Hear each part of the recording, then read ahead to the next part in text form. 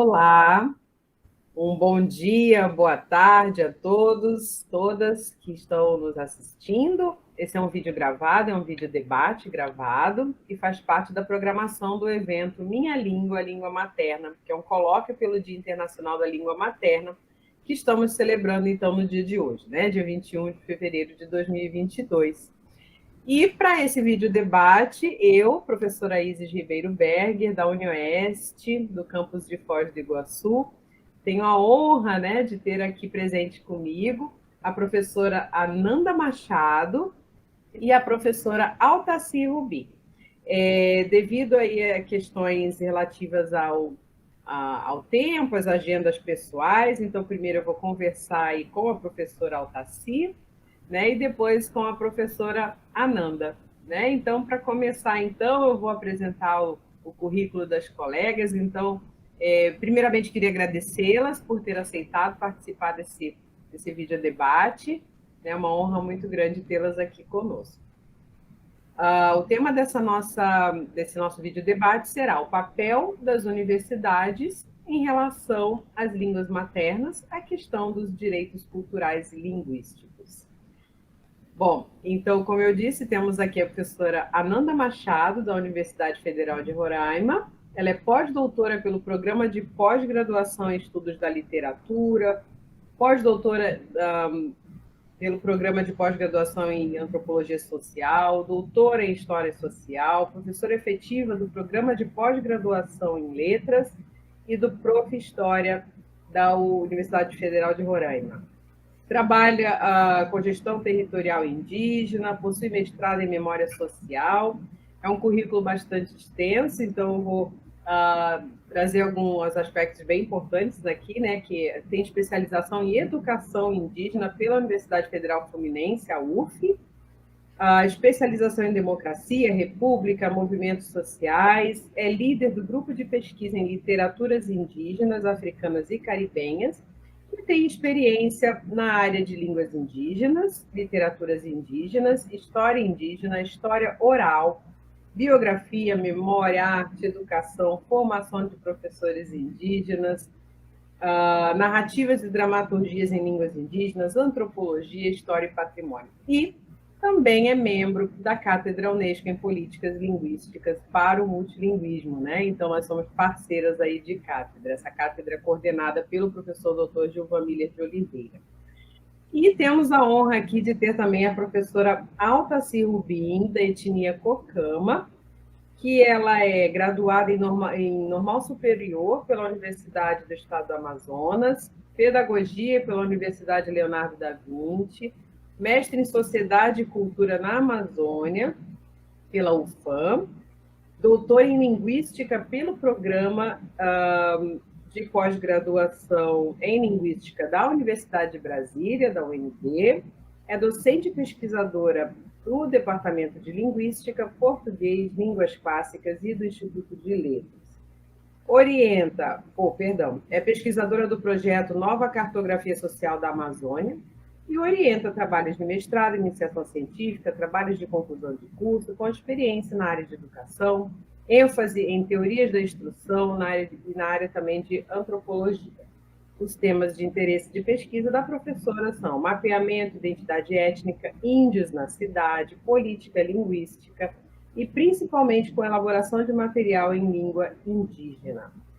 É professora colaboradora do Programa de Pós-Graduação em Letras da Universidade Federal do Amazonas.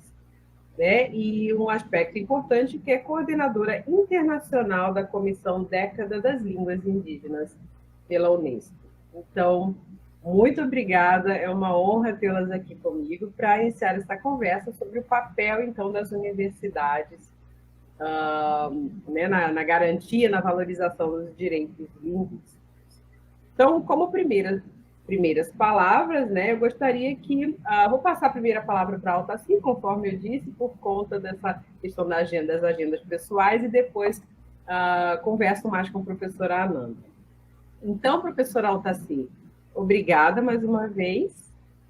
E, como primeiras palavras, eu gostaria, né, que a professora falasse um pouco sobre sua atuação profissional, suas pesquisas, no que se refere precisamente à questão da valorização e promoção de diferentes línguas.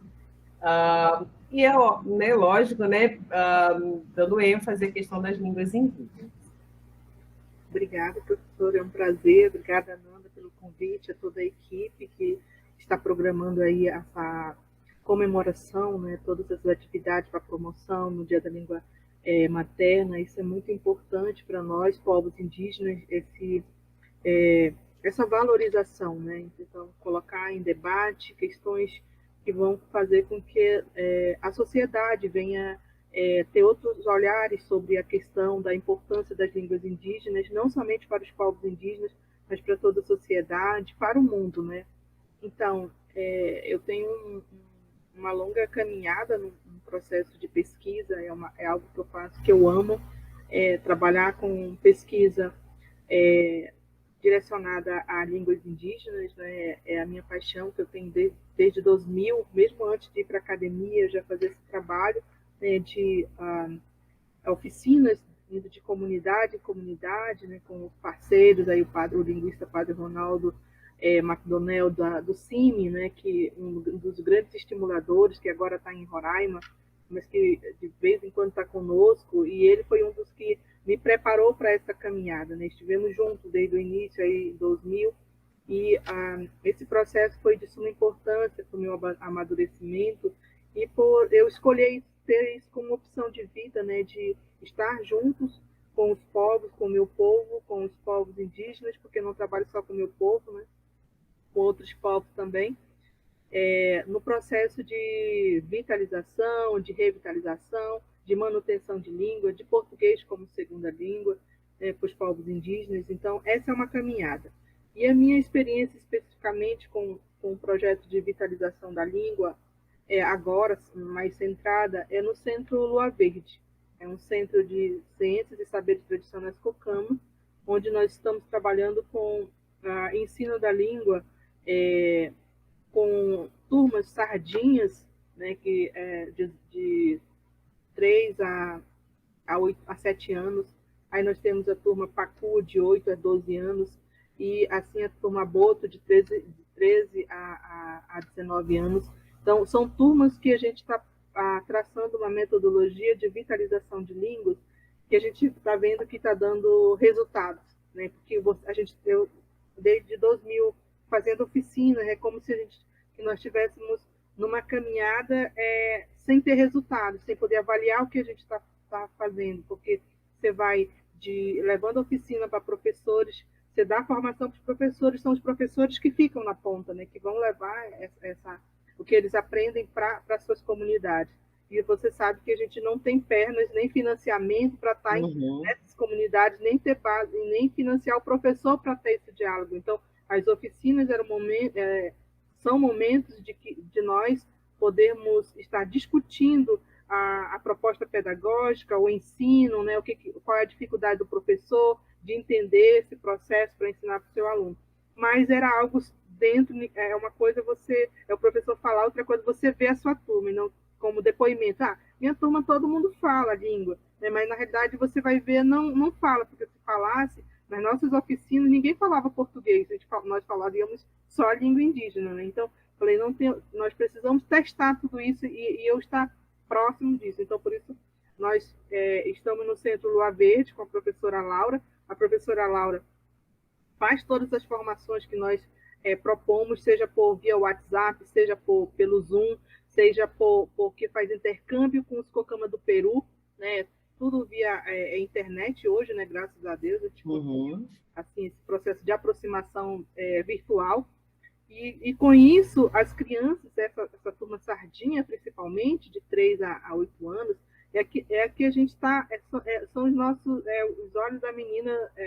São os nossos olhos, né? A menina dos olhos, né?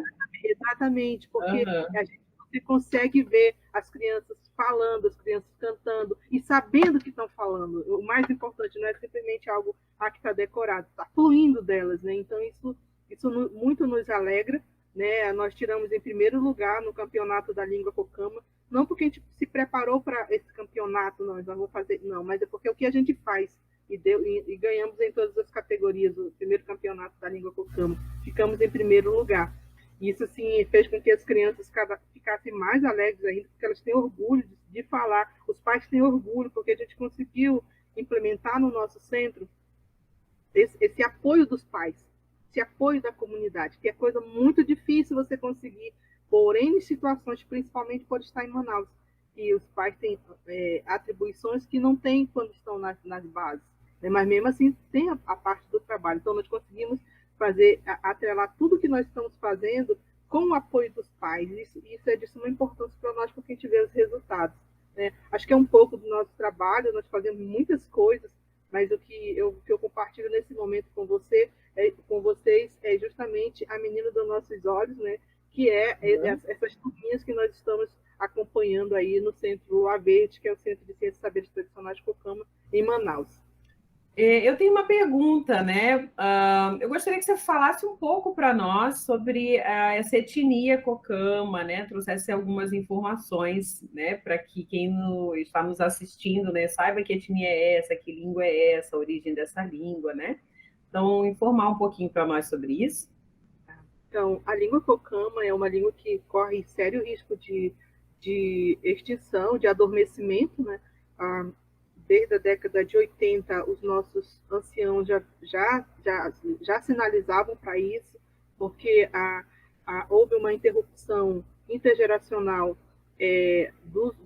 da minha geração, né, quem nasceu na década de 70, né, para cá, da década de 60 para cá, já houve uma interrupção dessa transmissão diretamente. Aprendemos palavras soltas, mas não conversar mesmo, porque os pais nos proibiam, por N situações, pelas políticas integracionistas que nós conhecemos. Uhum. E então, esse processo, na década de 80, ele vem, os anciãos começam a se alertar, até porque os cocamas é um povo que está na tríplice fronteira, Brasil, Peru e Colômbia, né? Por estarem na tríplice fronteira, as línguas, né, elas estão em contato. Então, tanto o espanhol, o português, o próprio cocama, ele tem as suas variações na fronteira, né? Então, você vai ter algumas variações que, no processo de vitalização, porque como o cocama está sendo ensinado como segunda língua já no Brasil, né? E no Peru também tem um processo, tem uma geração de segunda língua, mas ainda tem muito da primeira língua, com mais de 100 anciãos que ainda falam a língua cocama como primeira língua, né?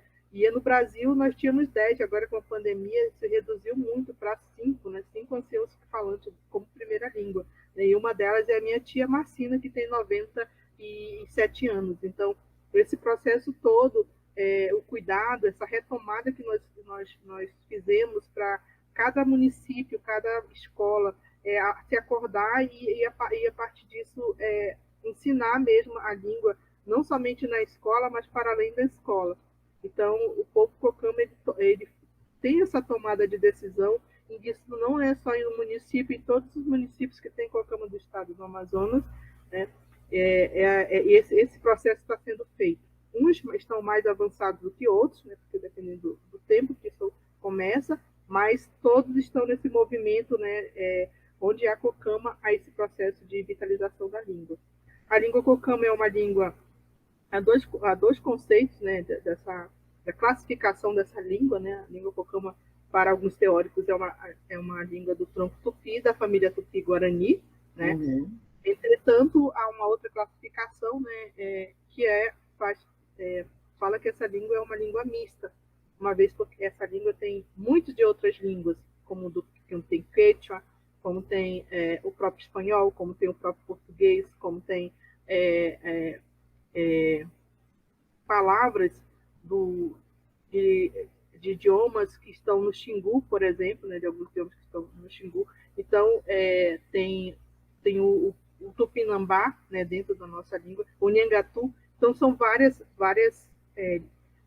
línguas dentro da língua cocama, justamente porque, segundo essa teoria, essa classificação, é porque a língua cocama foi uma língua de contato, e que os membros dessa língua os que estavam aprendendo a língua não tiveram tempo de aprender, então precisavam se comunicar, então foi pegando aspectos de várias línguas. Isso Uhum. nos fortes, né, no período que os indígenas eram levados para os fortes, né, na colonização.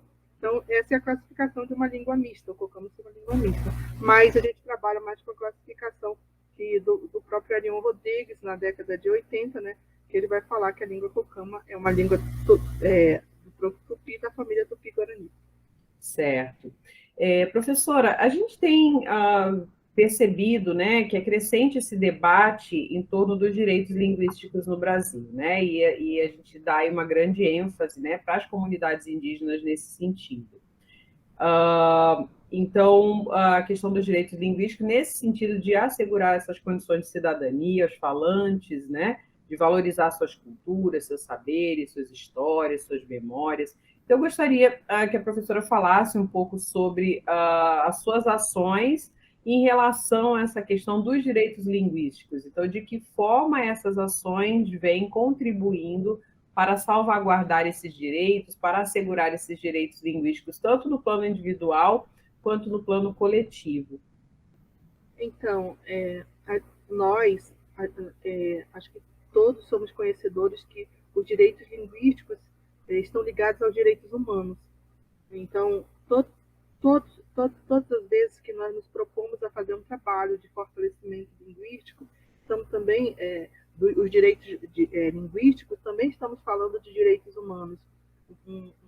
Uma forma, justamente porque vai trabalhar com direitos internacionais, né? Por exemplo, o próprio direitos humanos que tem uma legislação forte internacional, que hoje, por exemplo, à frente da década das línguas indígenas, esses direitos, a própria Unesco, né, que é uma das promotoras desses direitos, né, dos direitos humanos, que está ligada aos direitos linguísticos, é a que busca chamar, é o que está chamando todos os povos, de um modo geral, para a década das línguas indígenas, porque entende que, com o apoio dessa legislação maior, dessa legislação internacional, né, pode também chamar líderes, governantes, os próprios povos indígenas, para chamar atenção para a necessidade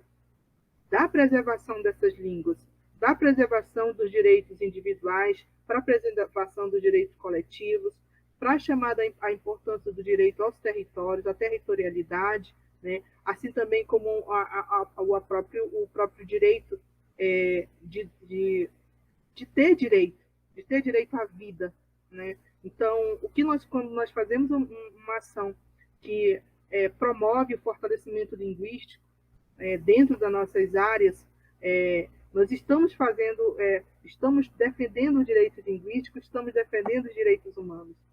E o que a Unesco faz, que ela pode fazer na década, ela pode estar propondo ou orientando os governos nacionais, né, a colocar em prática um direito que já está garantido na Constituição Federal. Por exemplo, no artigo 78, que vai falar sobre o sistema de ensino da União, com a colaboração das agências federais de fomento à cultura e de assistência aos índios, desenvolverá programas integrados de ensino e pesquisa para ofertar educação escolar indígena, intercultural e bilíngue aos povos indígenas, né?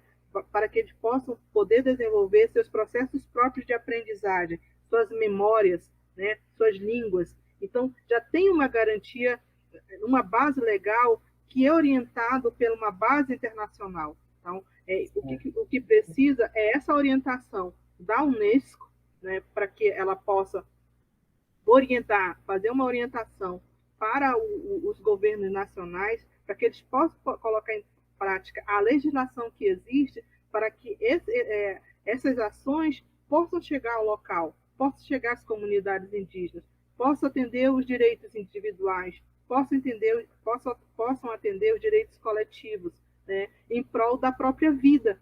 Porque quando você perde uma língua, o próprio povo perde a sua vida, perde o direito ao território, perde a sua cidadania, porque não consegue mais expressar na sua própria língua. Então, é muito importante os direitos linguísticos, a defesa dos direitos linguísticos, e o entendimento desse direito linguístico está atrelado aos direitos humanos, está atrelado ao direito à vida, né? E hoje a gente entende que não é só a vida dos povos indígenas, é a vida do planeta que está em jogo. Então, se eu não defendo a língua, deixa as línguas indígenas morrer, não tem problema, vamos assimilar esse povo. A gente sabe que nós estamos perdendo conhecimentos que podem contribuir para salvaguardar o planeta, né? E o planeta é de todos, não é só dos povos indígenas. E nós sabemos que onde há a biodiversidade do planeta preservada é onde as línguas indígenas estão mais fortalecidas. Uhum. Né? E onde não tem mais isso, a gente está vendo o caos que está acontecendo. Então, nós precisamos se alertar para isso. E é isso que a Unesco está chamando a atenção na década. Certo. A professora está falando, né, da década das línguas indígenas, né? Então, a gente sabe que essa década então, foi instituída de 2022 a 2032.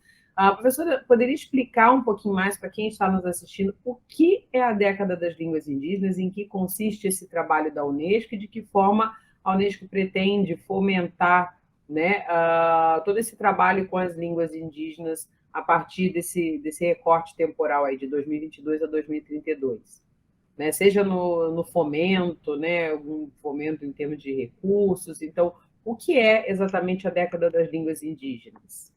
A década das línguas indígenas é justamente o momento, esse tempo que nós estamos vivendo, é o alerta que a Unesco está dando, né, para todos os povos indígenas do planeta, para todos os governantes, para todos os líderes, para as instituições, para todos que têm poder de tomada de decisão, um alerta para frear a aceleração do adormecimento das línguas indígenas. Porque as línguas estão desaparecendo, mas as línguas indígenas estão em processo acelerado de desaparecimento. Uhum. E nós sabemos por quê. A morte, né, a violência que os indígenas sofrem, né, a pandemia também, que levou muito de nossos anciãos, muitos povos indígenas, muitos anciãos que guardavam os conhecimentos e saberes tradicionais foram nessa pandemia, porque não tem uma política, né, de documentação das línguas, né, justamente para preservar, sabe que ninguém é eterno. Entretanto, a década ela vem justamente fazer com que isso não possa ser evitado, né, ou possa ser minimizado. Né? A década está chamando a atenção para que a vida do planeta, para que os povos indígenas, assim como para que os não indígenas, eles possam ter uma visão que o planeta Terra que não é só algo que está, porque não está acontecendo no meu bairro, na minha rua, eu tenho que ficar, eu não tenho nada a ver com isso. Nós estamos interligados, é a Mãe Terra, é a mãe de todos.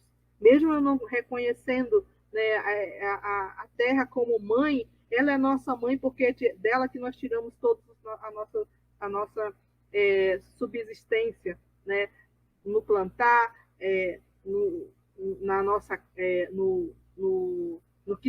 que se refere à nossa própria sobrevivência alimentar, seja na água, seja na terra, né, seja na mata. Né? Então, tudo isso nós fazemos, é um único sistema. Então, ninguém está separado disso. Então, a Unesco está chamando atenção para isso. Vamos preservar, porque nós só temos só esse planeta, né? Porque se nós não preservarmos agora, muitos conhecimentos irão desaparecer com as línguas, né? E nós perderemos a oportunidade de saber como lidar com as doenças que estão hoje e com as que irão vir no futuro. Né? Porque a gente está vendo aí o que aconteceu com essa pandemia, não estávamos preparados, ninguém tinha conhecimento, então muita gente morreu por causa disso. Então, ter conhecimento das línguas é justamente poder ter a possibilidade de ver a floresta, o que tem dentro da floresta, como algo que vem sustentar. Exatamente. Que vem dar uma outra visão para a medicina, que vem dar outra visão para muitos conhecimentos que não são conhecimentos ocidentais, mas que preservam a vida. Muito obrigada, professora Altaci. Então, em respeito aí ao seu tempo, né, ao tempo da sua agenda, eu tenho uma última pergunta. Qual seria, então pegando o título desse nosso videodebate, então, como a professora avalia assim, o papel das universidades, né, no sentido de salvaguardar direitos linguísticos, no sentido de fomentar políticas públicas, né, em defesa dessas comunidades indígenas e de suas línguas? Então, qual seria o papel que nós, né, enquanto universidade, temos, né, diante desse tema? A universidade ela tem a capacidade e a condição de justamente, na década das línguas indígenas, a ajudar e a promover as línguas indígenas, a documentar as línguas indígenas, ser parceiro dos povos indígenas, porque hoje são os povos indígenas que estão à frente desse trabalho da década, uma vez que é o próprio chamado da Unesco para que os povos indígenas estejam à frente, uma vez que as línguas são dos povos indígenas, né? Mas aos parceiros, como as universidades, o governo, é de suma importância, porque nós não temos o conhecimento e nem o preparo, né, de documentação de línguas, né? Nem nós não temos, lógico, isso vai variar de local para local, mas de um modo geral, nós temos o conhecimento dos saberes, mas as técnicas, né, de como fazer todo esse processo de documentação, nós não temos. Então, a universidade, o papel da universidade, por meio da pesquisa, por meio da extensão, né, é poder fazer com que o que ela tem, né, que já a área da linguística faz, possa ser ampliado para todas as áreas, né, para que a gente possa fazer essa documentação, não perder essas línguas, né, o que ainda tem dessas línguas, o que muito tem dessas línguas, né, e fazer com que dar treinamento também para os povos indígenas continuarem a fazer. Que as universidades elas trabalham por projetos. Terminou o projeto, elas se retiram. Então, formar os próprios indígenas para continuar esse trabalho. Formar esses agentes, né? Agentes locais. Uhum. Exatamente. E, além disso, como nós temos a parceria com a cartografia, que essa parceria não seja uma parceria só de projeto, de 2 anos, de 1 ano, que essa parceria seja o tempo que as comunidades queiram que essa parceria permaneça. Então, nós temos um trabalho realizado com a cartografia em que essa relação é contínua. Por exemplo, você fez um trabalho, documentou, registrou, a universidade leva, porque precisamos de um repositório seguro. Uhum. Mas você deixa uma outra parte com os próprios povos indígenas. Alagou a comunidade, né? Porque a gente sabe que agora todo esse processo de invasão nas comunidades, de draga nos rios, o desvio dos rios estão acontecendo, né? Então, alagou a comunidade, não salvou onde o computador caiu na água. Onde que a gente vai conseguir de novo pegar esses materiais? Na universidade, porque lá é um repositório seguro. Então, se nós temos essa flexibilização e esse diálogo com a universidade, sem a universidade, a partir da hora eu levei para a universidade, pronto, trancou as 7 chaves, nem o povo mais tem direito à sua própria cultura que está lá, né? O seu próprio tesouro que está lá, porque aquilo que para a universidade é dados, para os povos indígenas é um tesouro. Certo. Então, precisamos manter esse diálogo, quebrar essa hierarquia da universidade com os povos indígenas, de dizer que porque eu coletei, eu sou dono não posso mais devolver que é dono. Certo, para não haver uma outra colonização no âmbito dos saberes, né? Exatamente. Então, levar a universidade a refletir sobre isso e se realmente topar ser parceiro dos povos indígenas, realmente ter essa sensibilidade, né? Quebrar os egos aí, né? Do ramo da pesquisa, da linguística, né? Que caracteriza que determinada pessoa ou o povo tem que ficar dentro de um quadrado, se não ficar dentro do quadrado não está mais, né? Vai sofrer retaliação, mas simplesmente promover aí realmente o que nós estamos querendo, que é a defesa do direito da vida, do direito da terra, do direito dos povos indígenas. Então, não ficar com o direito reservado, mas que esse direito seja compartilhado, né, principalmente com o próprio povo. mesmo quando essas gravações saiam das aldeias, saiam do local que elas foram gravadas, para que fiquem na universidade, porque a gente sabe que a universidade é um local seguro, né, não vai se perder esses dados, mas que a comunidade, quando quiser, possa ir lá e pegar a cópia desses dados, né, e não somente deixar em 7 chaves só para ser analisado por aquele grupo, né, e nem a comunidade tem mais direito de pegar esses dados. Sim, Então, para fins de produção acadêmica, de exatamente. E pontuação, aí a nos gente sabe rankings, que né? a Então a produção ideia não é essa. acadêmica, a gente sabe que a produção acadêmica não salva a vida, não salva, não fortalece as línguas indígenas. Então, quem vai fortalecer as línguas indígenas são os próprios indígenas. Certo. Então, levar isso para reflexão nesses tempos é bom trazer para debate, né? Aqui eu não estou dizendo que esse é o caminho, a gente tem várias visões, né? E cada palestrante indígena que vem aqui tem a sua visão e a gente respeita, mas o nosso posicionamento é que realmente as universidades venham ser parceiras dos povos indígenas e tem um diálogo sem ser um diálogo hierarquizado. É um diálogo de saberes tradicionais e é um diálogo de conhecimentos acadêmicos ocidentais, mas que é o direito linguístico, é o direito humano, é o direito pela vida no fortalecimento das línguas indígenas. Certo, professor. Então, eu percebo que sobressai também na sua fala a ideia de uma real interculturalidade, né? Onde um possa aprender realmente com o outro, né? Trocar esses saberes, né? Com esse propósito de construir algo maior, de preservar algo maior, né? Professora, não sei como está seu tempo, né? Não sei se já está perto aí do seu horário da agenda, né? Então, eu gostaria de deixar, então, um espaço aí aberto para que a professora, então, possa trazer algumas palavras finais antes da professora sair da sala, então. Então, o que a professora gostaria de deixar enquanto mensagem pelo Dia Internacional da Língua Materna, alguma reflexão, né? São muitas reflexões que já fizemos aqui a partir da sua exposição, mas deixo aberto, então, para a professora, né, se colocar, então, em algum tema que considere, né, importante para a gente lembrar, né, nessa data de hoje. Eu finalizo aqui a minha fala agradecendo mais uma vez a Ananda, a professora e a todos que estão promovendo esse momento de discussão no Dia da Língua Materna.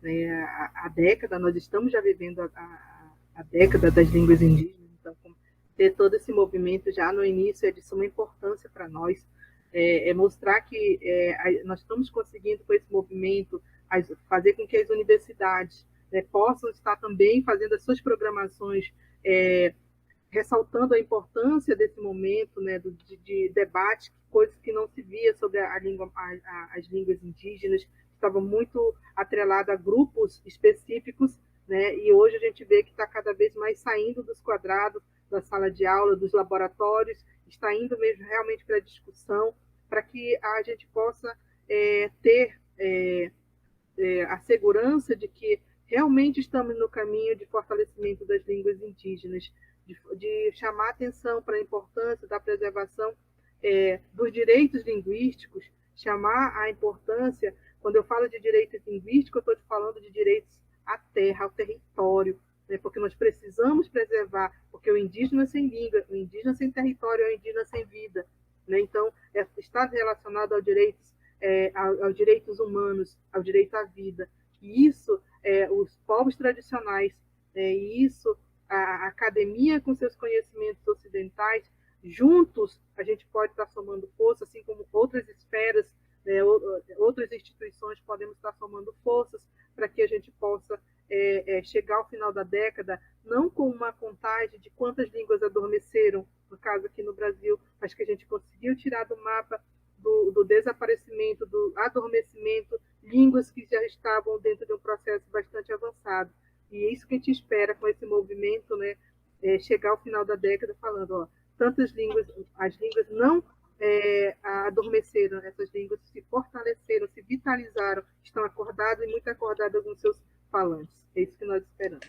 Certo, obrigada, professora. Eu queria perguntar, tem algum endereço de rede social que a professora tem aí, onde a gente possa visualizar alguns desses projetos, né? Alguns desses projetos estão, por exemplo, no Facebook, no Instagram ou em alguma dessas redes para que a gente possa acompanhar? Como é que a gente faz isso? É só colocar Alta Cicocama e vocês vão ver os nossos trabalhos, né, ali, um pouco do nosso trabalho aí que a gente compartilha.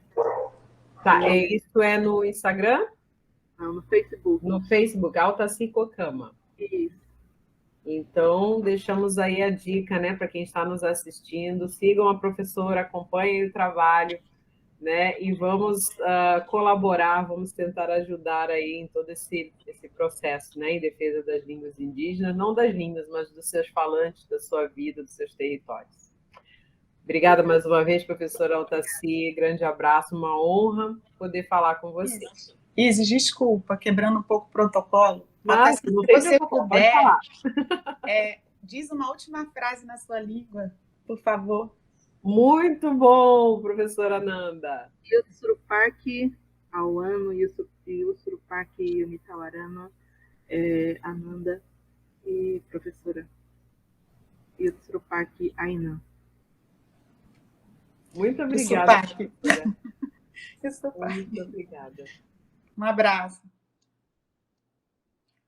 Então, estamos aqui, a professora Altaci, por conta de agenda pessoal, então nos cedeu, né, parte do seu tempo, que foi muito produtivo, muito importante, e eu fico aqui agora com a professora Ananda Machado.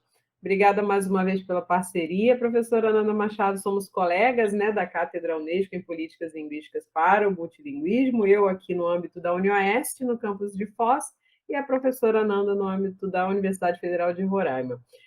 Vou fazer a mesma pergunta que eu fiz para a professora Altaci, professora Nanda. Então, gostaria que você falasse, né, então, sobre a sua atuação profissional, suas pesquisas no que se refere à valorização e promoção de diferentes línguas. E mais precisamente, né, como a gente já conhece seu trabalho, sabe que você trabalha mais diretamente com línguas indígenas, então, se você puder dar um enfoque da sua fala nas línguas indígenas, então, vai acompanhar, então, tá, a grande temática aqui desse vídeo debate. Então, desde 2009, nós vimos atuando no ensino, né, de língua macuxi, língua e cultura macuxi, língua e cultura wapchana. Né? Então, assim, com turmas de nível iniciante, intermediário, avançado. Então, todos os anos, a gente tem tido a alegria de ofertar pela extensão na Universidade Federal de Roraima o ensino dessas línguas, o que tem sido muito gratificante, porque no início os meus colegas eles diziam assim, não vai dar certo, ninguém está preparado para dar aula. E aí a gente encara, às vezes a cada semestre, por exemplo, se tem uma oportunidade de bolsa pela extensão, alguém que nunca deu aula, mas que fala aquela língua, esse aluno normalmente ele é prestigiado com uma bolsa e ele encara, ele vai aprender a dar aula, né? Porque a gente percebe que principalmente a questão do aprendizado de língua e por que as línguas estão vivas é porque elas são faladas. Né? Então, essa questão de aprender a falar, e eu tive mais convicção ainda disso quando a professora Leonícia, na comunidade da Aroura, que com o tempo as próprias comunidades foram pedindo para esses cursos de extensão acontecerem lá também, abertos a toda a comunidade. Então, a Leonícia perguntou assim, professora, eu posso ensinar a língua somente falada? Porque é uma comunidade que tem um baixo índice de falantes. Eu falei assim, claro. E ela começou a fazer isso. No final do curso, olha, 40 horas só de curso, os alunos falavam, eles se apresentavam, eles cantavam. Então, assim, é muito gratificante ver isso acontecer. Né? Outra comunidade também, como Novo Paraíso, a professora Joyce, ela começou a falar comigo assim, professora, eu acho que vou ter que alfabetizar, porque tinham falantes que não escreviam em nenhuma língua. Daí ela começou, olha que emocionante, né? Então, esses encontros, né? E ao mesmo tempo também isso que a Altaci estava falando, né? Dessa profunda ligação com o território. Então, por exemplo, na comunidade Raposa, a professora Yolanda começou a trabalhar o ensino de língua macuxi ao mesmo tempo que ela ensinava a fazer panela de barro macuxi, cerâmica macuxi. Então, assim, é incrível, porque vai desde a oração que se faz para a mãe do barro, para Kogonon, né? E essa oração ela só é feita em língua macuxi. Então, a gente fica olhando para esses conhecimentos como algo que não foi colonizado. E que a gente aprende tanto com isso e, ao mesmo tempo, quer que o mundo todo possa saber disso. Né? Porque eu acho que uma pessoa que conhece esse tipo de coisa, ela não vai continuar a ser preconceituosa, ela não vai, né? Aqui em Boa Vista mesmo, tem gente que vê os indígenas conversando e acha que eles são estrangeiros. Olha que absurdo. Eu que sou estrangeira aqui, né? Então, assim, daí a gente tenta atuar tanto por esse lado, né, do ensino de línguas. A gente ouvia muito também quando chegou aqui que os professores eles faziam muitos materiais de forma artesanal e não conseguiam publicar. Aí aquilo ficava restrito à sua sala de aula e, como a Tassi falou, às vezes com chuva ou, enfim, perdiam os materiais. Então a gente começou a se dedicar também a isso, né? É uma coisa muito difícil, por exemplo, agora com a pandemia, a gente traduziu os livros do coronavírus. Eles estão aí disponíveis na internet. Agora, aquela comunidade que fica a 5 horas de Boa Vista, lá na fronteira com a Guiana Inglesa, né, que poderia, inclusive, o livro ter sentido lá, ter sentido aqui, que precisaria de um livro impresso, é muito frustrante, porque a gente não conseguiu imprimir. Né? Então, enfim, né? Aí tem essas ações de produção de materiais, alguns deles a gente conseguiu imprimir, e assim, com os indígenas, né, a gente fica super orgulhoso, como esse aqui, que tem textos, questão de interpretação, né? Interculturais, né? Enfim, né? Mas agora, em 2020, a Univir nos convidou para uma parceria, Universidade Virtual de Roraima, e a gente conseguiu construir 78 videoaulas de língua pixana, 8 videoaulas de língua macuxi. Né? Então, a gente vem se esforçando muito, né, na elaboração de dicionários multimídia, tentando também chamar, para além dessa questão, né, de que as mães precisam ensinar em casa, as comunidades precisam cada vez mais ter essa consciência de que, como a Altaci falou, os pequenos eles aprendem, então a gente fica cutucando as lideranças, né? Então, e aquela casa que vocês falaram que iam construir para colocar os falantes de língua lá se revezando para que as crianças, no início da vida, tenham contato frequente com a língua e cresçam falando já. Daí depois fica mais fácil da gente... Né? Daí a gente fica com todo esse movimento. Né? E também, Isis, mais recentemente a gente retomou o Jamachim Cultural, que é um projeto que pensa essa necessidade das literaturas indígenas, de autoria indígena, né?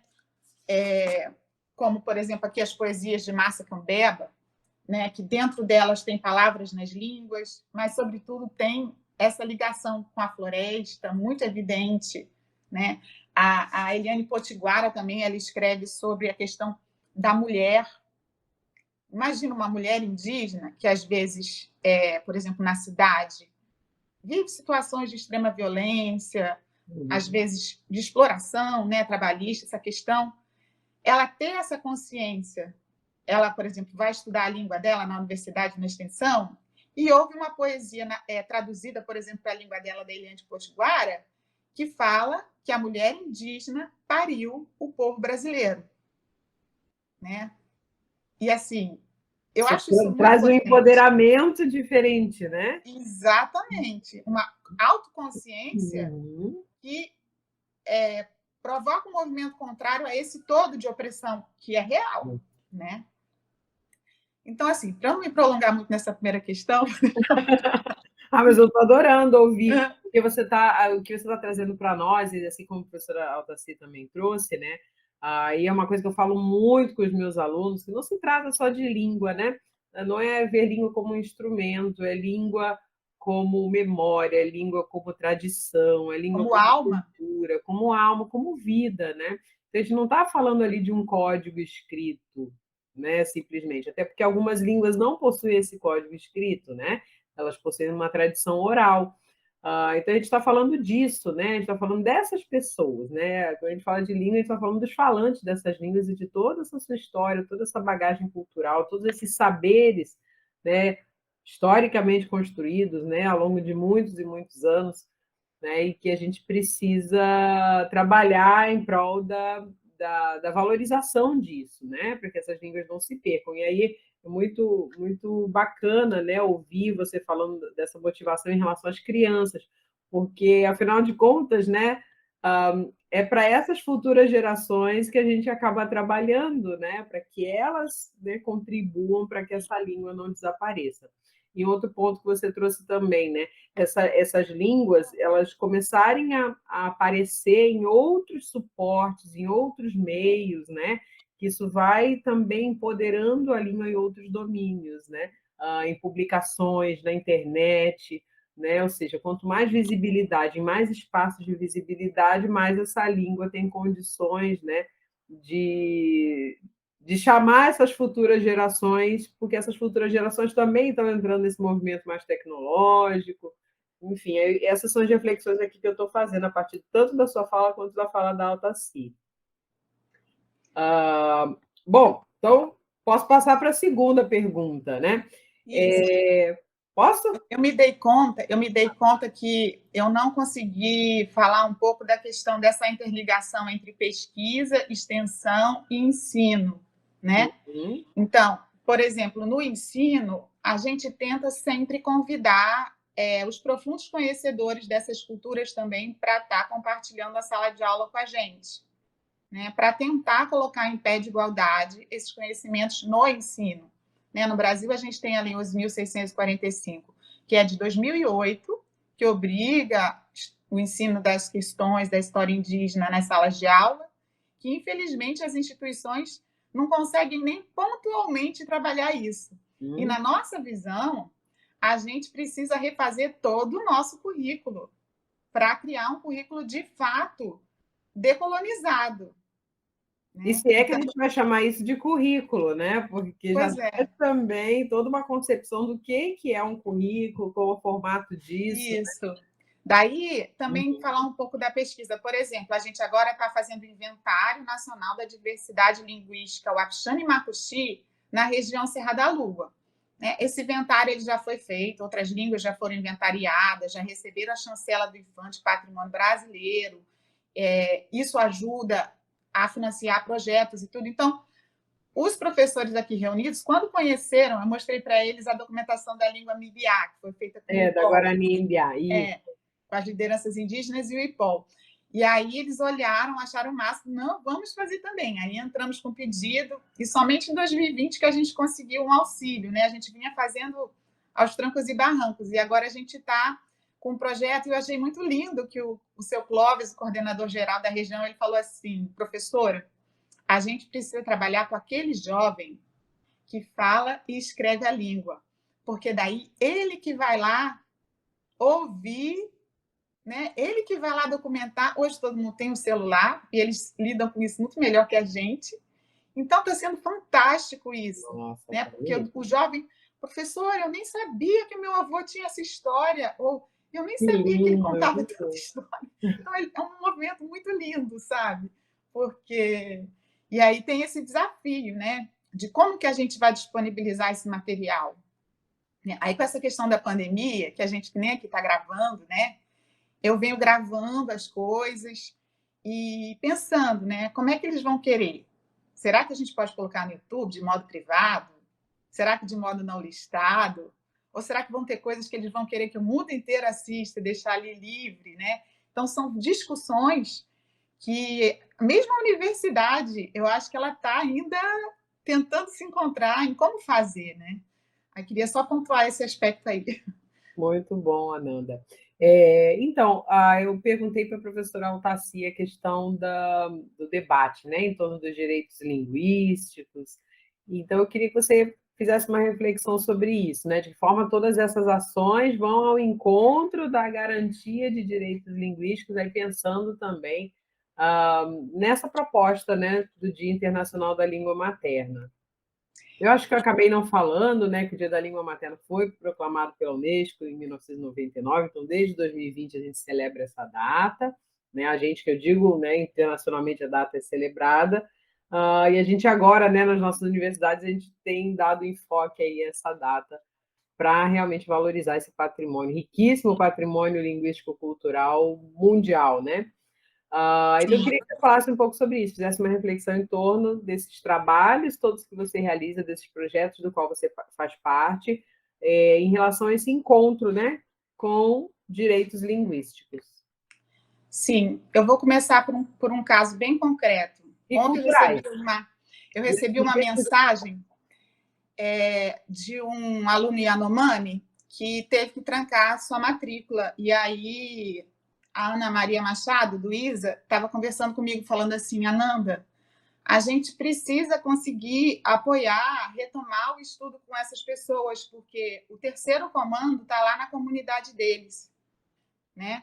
Está violentando, está assediando e estão cooptando para o garimpo, para destruição, para violência sexual, para transmissão de doença, para tudo isso, né? Então, o papel que a gente tem, enquanto universidade, de lutar por esses direitos territoriais, porque é proibido, a presença dessa gente lá na terra indígena é proibida, mas aí o direito está aí e não tem ninguém que está tirando eles de lá. Eles estão lá e isso está acontecendo realmente.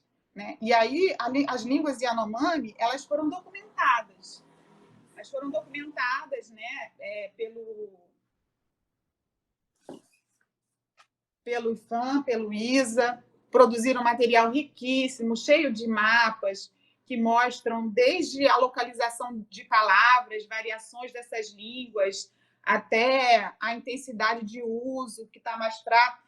Então, assim, os Yanomami estão fazendo um trabalho fantástico, eles são super organizados e tudo, mas com tudo isso, com todas essas políticas que eles aproveitam, com todos esses direitos que eles conhecem, eles fizeram um livrinho incrível, que eles falam os direitos linguísticos que eles querem, como eles querem, nas línguas deles também, sabe? Então, tem coisas muito legais acontecendo, né, em relação a essa questão dos direitos linguísticos. Por exemplo, quando a gente soube que São Gabriel da Cachoeira cooficializou as línguas e que os municípios têm precedente, né, para localmente também ter essa legislação, enfim, esse trabalho, aqui também. Começou também pela Serra da Lua. Eles batalharam primeiro na Prefeitura do Bonfim, em 2014, conseguiram oficializar Macuxi Wapixana, e depois no Cantá, em 2015, também oficializaram. Né? Aí, em relação à implementação, também é uma luta constante, porque até o momento que eu saiba, conseguiram contratar professores de língua no Bonfim, fazer um concurso, né? Coisa que às vezes as prefeituras nem respeitavam. A gente sabe que a legislação da educação escolar indígena ela exige, né, que os governos, nas diferentes instâncias,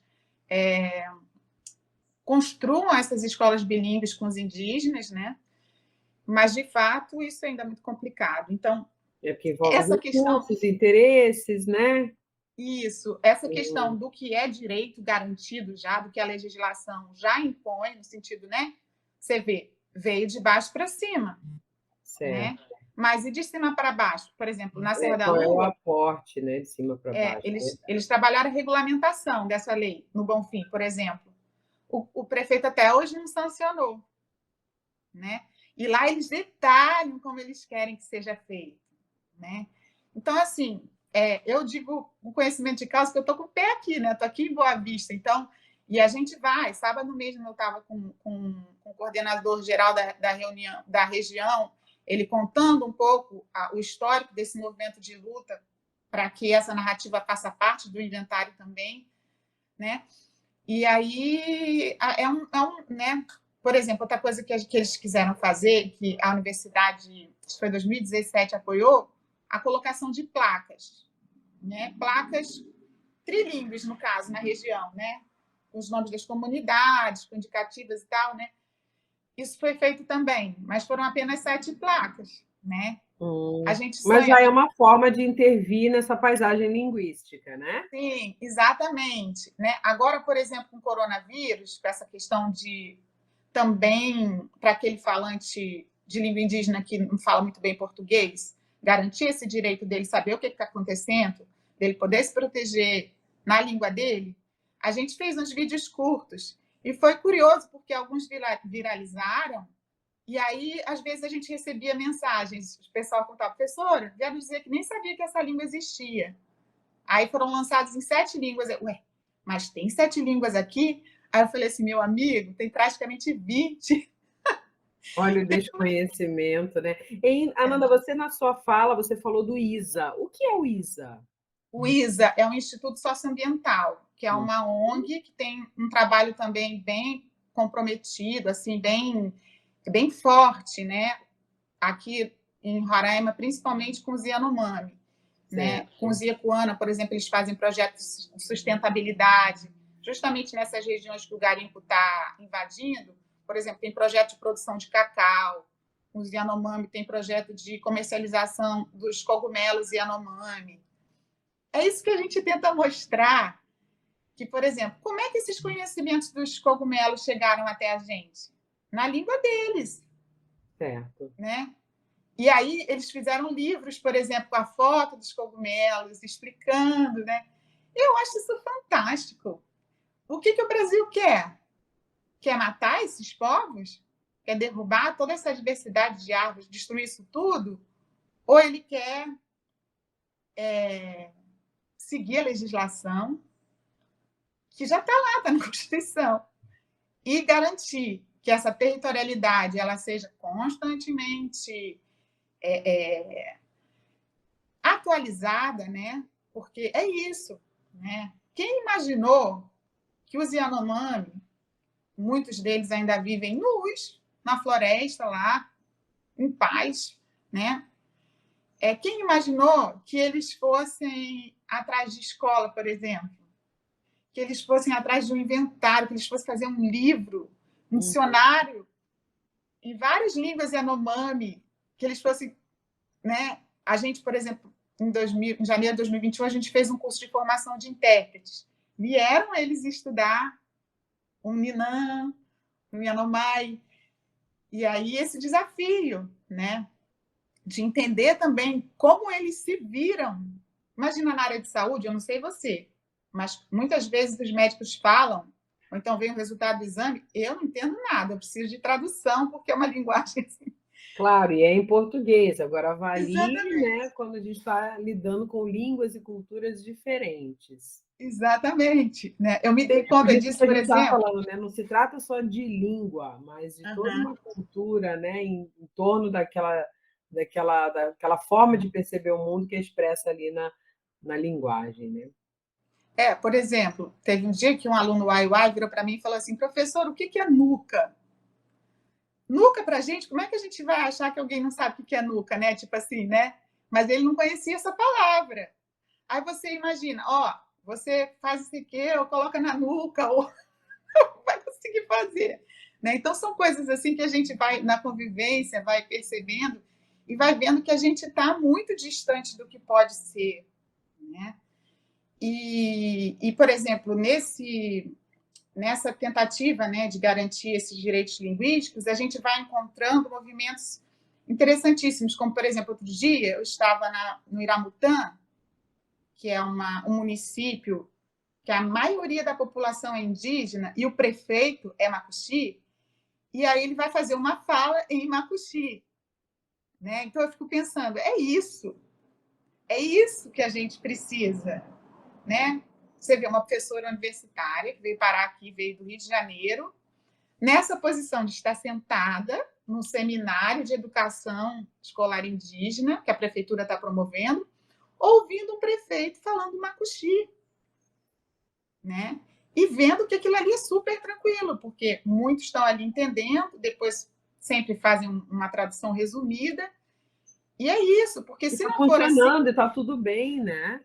Não, Eu lembro da fala da Ingrid Brohr, que ela fala que a gente precisa perceber o plurilinguismo ver outras pessoas falando outras línguas, não como algo assim, nossa, ele fala outra língua, algo diferente, né? Mas tá tudo bem, tá falando outra língua e tá tudo bem, tá tudo certo. Não, eu digo mais, Ver isso eu assim, acho de isso o forma muito máximo. natural. Eu acho isso o máximo, porque ele tem consciência do direito linguístico dele, Certo? né? Não é porque tem meia dúzia de não indígena que está ali assistindo que ele vai falar português. Então, eu Uhum. acho que quando eu vou também para a Assembleia Indígena, que os tuxauas falam nas próprias línguas, e aí, de repente, eu vejo muita gente perdida, aquilo me dá assim, um êxtase, me dá uma alegria tão grande que eu penso assim: olha só, a discussão está indo de dentro para fora. Nesse Certo. momento, a discussão está decolonizada, de fato, assim, né?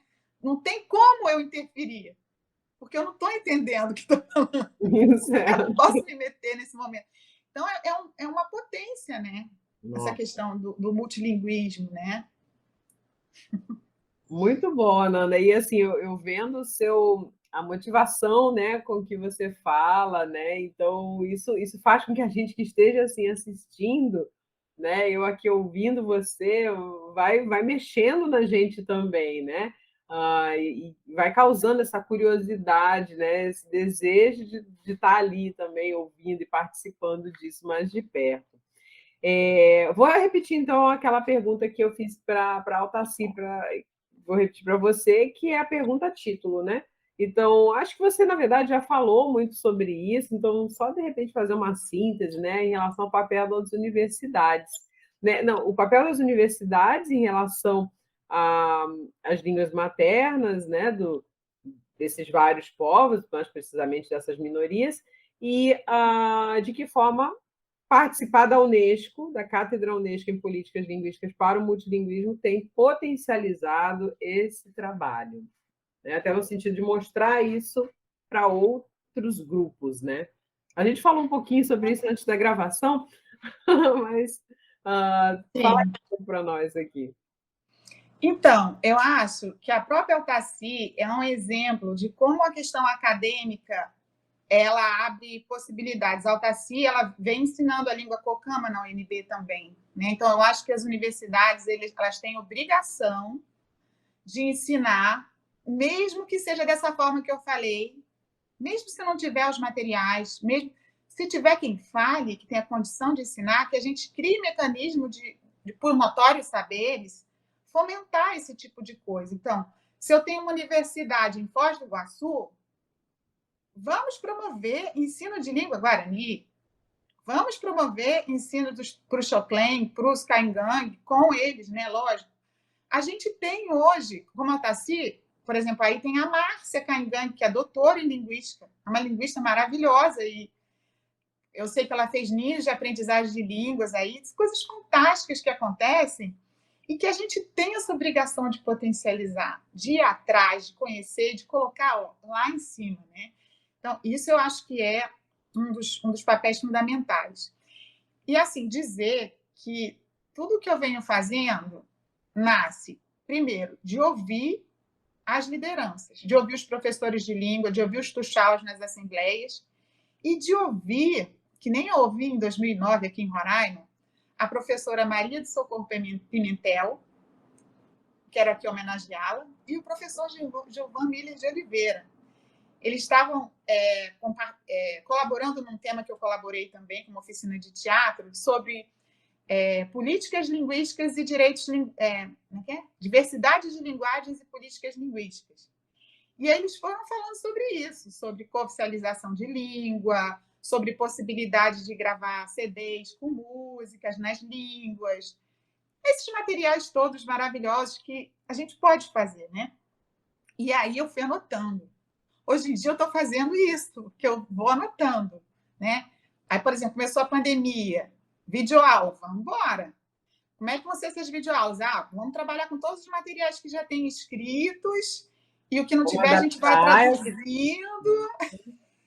Bom, né? Então, agradecer, por exemplo, no caso da cátedra, eu lembro que teve um primeiro encontro que eu fui na Índia, que eu falei assim, nossa, a gente está engatinhando, porque eles lá, por exemplo, em Hyderabad, onde eu fui, você chega na região, as placas são todas em telugu. a língua da região, na universidade, tem um departamento de literatura telugu. Eu fiquei falando assim, meu Deus, quando é que a gente vai ter um departamento de literatura macuxi? Tá vendo Literatura. só? Então, isso mexeu muito comigo. E também, por exemplo, para falar dessa questão da influência positiva da cátedra na minha vida, meu nome é Ananda, que é de uma língua indiana, de sânscrito, né? Eu achava que o sânscrito para os indianos fosse que nem o latim para a gente, uma língua assim, né? E Aham. não é. Tem um povo no sul da Índia que fala essa língua, né? Então, essa consciência de como a gente sabe pouco, né? De como a gente é limitado em relação a essas questões. E outro momento que foi assim, que me fez sonhar, foi a ida ao INALCO, que é um Instituto de Línguas Orientais em Paris, Em né? Paris. E teve um evento da cátedra lá. E aí eu percebi que, por exemplo, lá tinha aula de Guarani, tinha aula de Quechua, e não era uma aula assim que a gente faz pela extensão, nível 1, nível 2, não, doutorado. Tinham pessoas estudando, né? E aí eu fui ver o histórico da instituição de 1700 e tanto, que foi criado para o povo se preparar para a guerra. Se eu quero vencer, eu tenho que saber a língua do outro, senão ele vai gritar as estratégias, eu não vou entender nada, né? Então, é um pouco disso que a gente está falando, né? Essas línguas, elas são potências, né? E aqui no Brasil, que a gente não tem ainda um Instituto de Línguas Indígenas. Nossa, e um país, né, extremamente multilingüe. Mas aí isso remete, né, a essa nossa história, né, de repressão às línguas, de proibição de línguas, né? Todo aquele período ali da Era Vargas também de proibição de línguas. Quantos povos indígenas já dizimamos, né? Então, acho que esse monolinguismo que foi sendo construído, tecido, né, ao longo do tempo, foi fazendo com que a gente não pensasse, né, nessas muitas possibilidades de usar as línguas, de gerir um multilinguismo de maneira mais positiva, né? E acho que agora a gente tem que fazer o caminho inverso, né? A gente tem que aprender, né, com outros colegas, com outros contextos geopolíticos e ver o que é possível a gente fazer para a gente resgatar toda essa memória de línguas, né? Fazer todo esse trabalho para que a gente possa então se reconhecer, não só se reconhecer como país multilingüe, mas também trabalhar, né, para uma educação mais multilingüe, para conscientização linguística nas escolas, enfim. A gente aí Sim. está com uma batata quentíssima na mão, né, Ananda? Sim. Uma batata deliciosa. Vamos lá. Sim. Eu, assim, para mim é uma honra também poder participar da cátedra, né? Muito embora eu não tenha conseguido fazer essas viagens, né? Participar desses encontros fora, mas nessa rede, né? Que se estabeleceu, ouvir outros colegas, ouvir pessoas de outras instituições e outros trabalhos que realizam, né, faz brilhar realmente os olhos e ver o quanto de coisa a gente, enquanto universidade, né, então o papel da universidade, né, para a valorização das línguas e direitos linguísticos, para fomentar realmente o multilinguismo. Então, temos aí um longo trabalho pela frente, né, Ananda? Sim. Ananda, eu queria então abrir assim, para palavras finais, algo que você queira comentar, enfim. Quero dizer também mais uma vez que é uma honra, né, contar com a sua participação. Então, é a segunda vez já que a gente trabalha, faz alguma coisa no Dia da Língua Materna, né? Eu lembro que no ano passado você gravou um vídeo para nós e estamos aí, né, fortalecendo essa parceria. Então, para finalizar, eu quero. Né? Oi? Você é minha conterrânea, e uma aqui em Foz, a outra lá em Roraima, né? Mas a gente tem em comum essa questão das línguas de fronteira, né? Sim. E eu fico acompanhando também a pesquisa das suas orientandas, a sua pesquisa aí, como isso contribui, porque a gente tem muitas questões que a gente pensa que são desafios, né, e teóricos que nos ajudam, né, enfim, conseguir entender melhor e pensar estratégias, né? Uma das coisas que eu queria dizer é que para fechar, é que nossas universidades elas precisam abrir espaço para essas línguas. Por exemplo, nos cursos de graduação com indígenas, na pós-graduação, deixem eles escreverem nas línguas deles também, né? essa questão que às vezes a gente fica forçando de que eles usem teóricos, esses eurocêntricos, esses norte-americanos e tal. A gente tem muita discussão aqui já. Daniel Munduruku, Helene Potiguara, Graça Graúna são intelectuais indígenas que discutem memória, por exemplo, de uma maneira super profunda.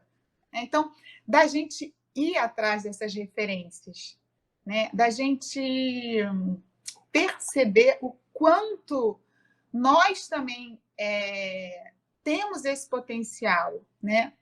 É lógico que todas essas correntes teóricas merecem, né, continuar em diálogo. A gente não é dizer para ir romper e não querer saber de mais nada, não, né? Mas é conseguir colocar em pé de igualdade, né? E conseguir ouvir essas línguas dentro das universidades.